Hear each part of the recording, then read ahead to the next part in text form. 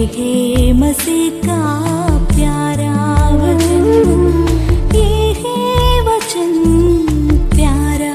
ईश्वर के धन्य नाम की महिमा हो। प्रभात मनन के सत्र 2483 में आप सभी का बड़े प्रेम के साथ स्वागत करता हूं। आइए आज मनन के लिए हम पढ़ते हैं पतरस की दूसरी पत्री, दूसरा अध्याय, पद 10। विशेष करके उन्हें जो अशुद्ध अभिलाषाओं के पीछे शरीर के अनुसार चलते और प्रभुता को तुच्छ जानते हैं, वे डीठ और हठी हैं और ऊंचे पद वालों को बुरा भला कहने से नहीं डरते। दूसरा अध्याय के अध्ययन शुरू करते समय ही मैं आपको बताया था कि इस अध्याय में खास करके प्रेरित पतरस झूठे शिक्षकों के बारे में मसीही विश्वासियों को अवगत करने की कोशिश कर रहा है। प्रारंभ में पढ़ी गई पद में झूठे शिक्षकों की पहचान करने हेतु दो स्पष्ट संकेत वह साझा कर रहा है। उसमें पहला संकेत यह है कि झूठे शिक्षक गण यद्यपि अपने आप को परमेश्वर के वचन के प्रचारक या वक्ता के रूप में अपने आप को पेश करते क्यों न हो, वे अशुद्ध अभिलाषाओं के पीछे अपने शरीर के अनुसार चलने वाले होंगे, अर्थात वे अपने निजी जीवन में अनैतिक रूप में जीवन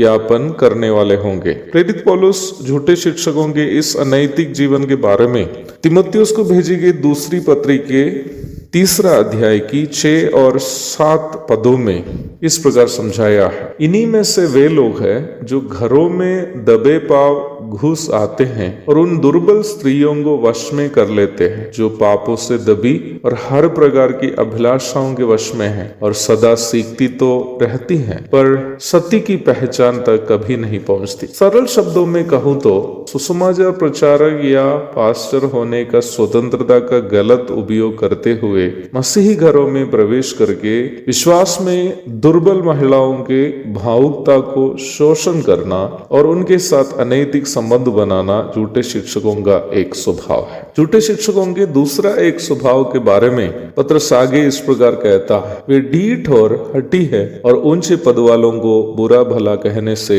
नहीं डरते। अर्थात झूठे शिक्षकगण हमेशा हठीली मानसिकता के होंगे। उन्हें कभी भी मेल मिलाप में लाना संभव नहीं है। परमेश्वर के प्रेम से प्रेरित होकर किसी विवाद के विषय में ऐसे लोगों के साथ हम कभी भी एक समाधान में नहीं पहुंच पाएंगे, क्योंकि ये लोग कभी भी अपनी गलती स्वीकार नहीं करेंगे। उल्टा यहाँ तक कलीसिया के अगुओं के बारे में भी बुरा भला कहकर उन्हें अन्य विश्वासियों के सामने बदनाम करना झूठे शिक्षकों का एक अन्य स्वभाव है। यूहन्ना की तीसरी पत्री के 9वीं पद में निम्न स्वभाव का एक मनुष्य के बारे में हम देखते हैं। वह हम इस प्रकार पढ़ते हैं, पर दियुत्रिफेस जो उनमें बड़ा बनना चाहता था हमें ग्रहण नहीं करता। लोगों को अपनी की ओर आकर्षित करके उन्हें कलीसिया के नेतृत्व या समाज में अन्य पदवियों में रहने वाले लोगों के खिलाफ करना झूठे शिक्षकों का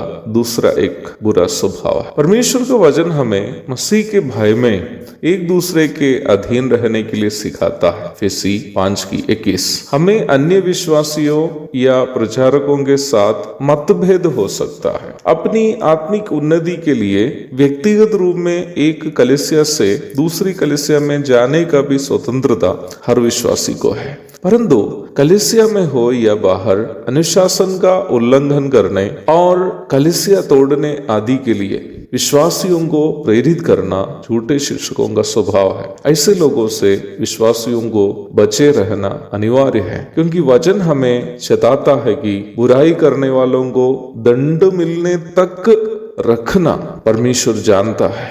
नम्रता के साथ प्रभु के भय में जीवन बिताना हम सबके लिए अनिवार्य है। प्रभु उसके लिए हम सबकी मदद और सहायता करे। आमीन।